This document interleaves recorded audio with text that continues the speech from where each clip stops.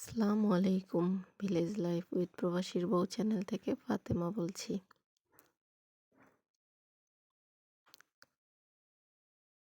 সবাইকে ওয়েলকাম করছি নতুন একটা ব্লগ ভিডিওতে। সবাই কেমন আছেন? আল্লাহর অশেষ রহমতে আপনাদের দোয়া ও ভালোবাসায় আমি আলহামদুলিল্লাহ ভালো আছি।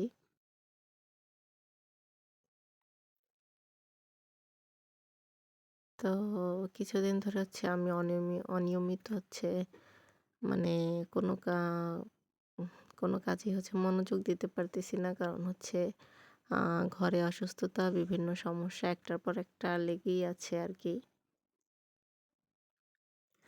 তো যেহেতু আমার খালা শ্বশুর মারা গেছে, তো সেখানে বলছে আজকে ৩য় দিন আমরা আ ভাত দিব ওই বাড়িতে।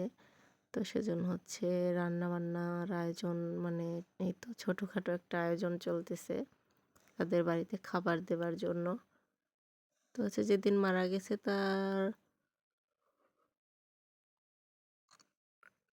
সেদিন আমার শ্বশুরকে নিয়ে ডাক্তারের কাছে গেছিলাম।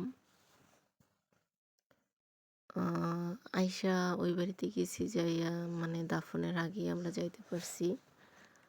আর ২য় দিনও আমার শ্বশুরকে নিয়ে ডাক্তারের কাছে যেহেতু যাওয়া হইছে, সেদিন কোনো ব্যবস্থা করতে পারি নাই।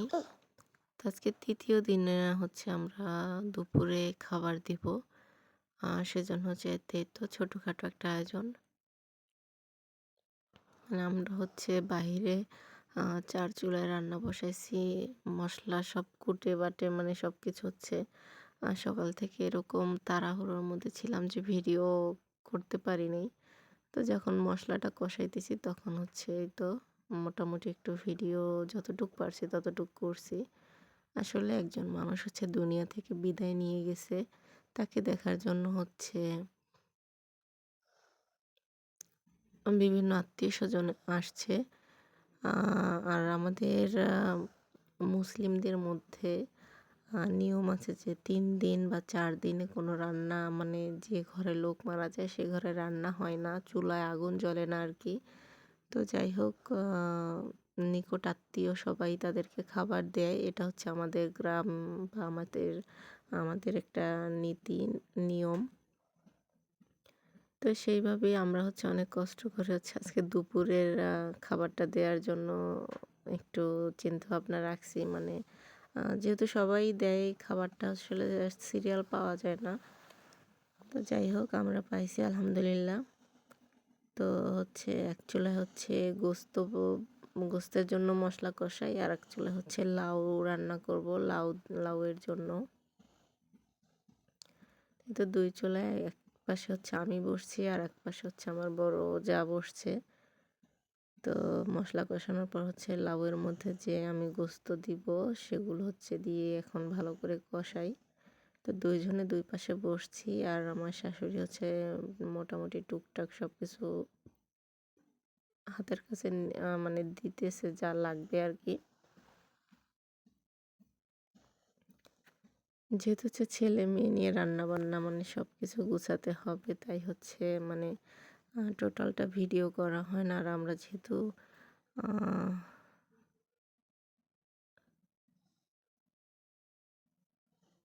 যেহেতু মাটির চুলায় রান্না করতেছি, বা ছেলে-পেলে আছে, একসাথে সবাই রান্না করলে আসলে ঝামেলা হয়। তো তরকারিটা, মানে গোস্তটা কষানো হয়ে গেছে।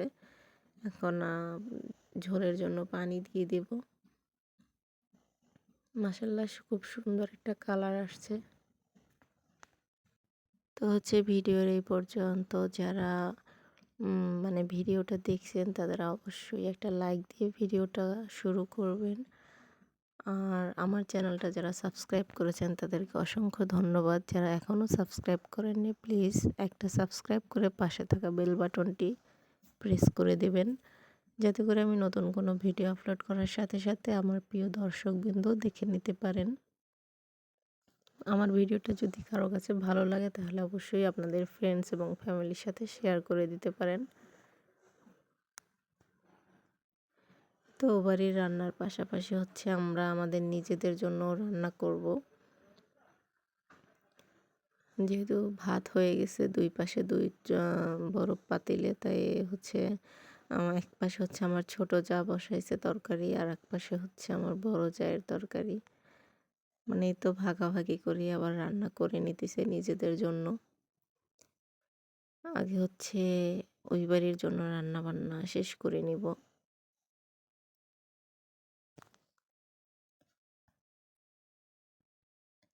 এই তো লবণ দেখে একদম সুন্দর মতো তরকারিটা ঝোল রেখে উঠানো হয়ে গেছে। আর এখন হচ্ছে সবকিছু হচ্ছে প্যাকিং করা। যেহেতু গাড়ি দিয়ে যাবে সেজন্য হচ্ছে একটু উপরে পলিথিন দিয়ে তারপর হচ্ছে তো ঢেকে নেয়, তো বালতি ভরে হচ্ছে সব খাবারগুলো নিয়ে যাবে। আর এটা এখন হচ্ছে পরের দিনের ভিডিও। পরের দিন হচ্ছে বলতে শুক্রবার। শুক্রবার হচ্ছে দুপুরে আমাদের সবার ওই বাড়িতে দাওয়াত ছিল। যেহেতু ছোটখাটো একটা আয়োজন করবে আর কি। তো আমাদের বাড়ি থেকে রাস্তা দিয়ে যাওয়া যায়, আর হচ্ছে আমাদের বাগান থেকে মানে যাওয়া যায়। তো আমরা এখন সবাই মিলে হচ্ছে যাচ্ছি হচ্ছে খালা শ্বশুর বাড়ি।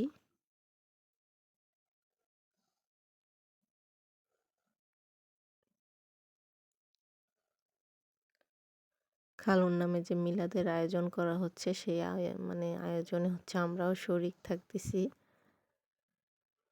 মানে মেহমান হিসেবে যাইতেছি আর কি। তাই তো আমাদের খালা বাড়ি আর আমাদের বাড়ি হচ্ছে দুই পাশে দুইটা বাগান, আর হচ্ছে ছোট একটা খাল। সে খালের উপর হচ্ছে দেখেন পদ্মা সেতু।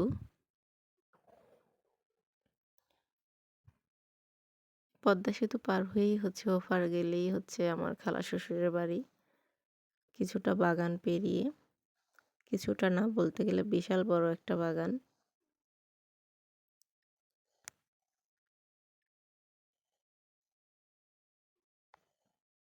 তাই তো আমরা এখন সবাই মিলে পদ্মা ব্রিজ পার হব। সরি, এটা হচ্ছে পদ্মা ব্রিজ না, হয়তো দুষ্টামি করলাম আর কি। এটা হচ্ছে আমাদের দেশে হাক্কা বলে, হাক্কা পাড়াইছি। তো এখন হচ্ছে আমরা যাইতেছি। তো এই পর্যন্ত ভিডিওটা সবাই লাইক দিয়ে দেখা শুরু করে দিবেন। আর কেমন লাগছে অবশ্যই কমেন্টে মতামত জানাতে পারেন। সবাই ভালো থাকবেন, সুস্থ থাকবেন। আল্লাহ হাফেজ। আসসালামু আলাইকুম।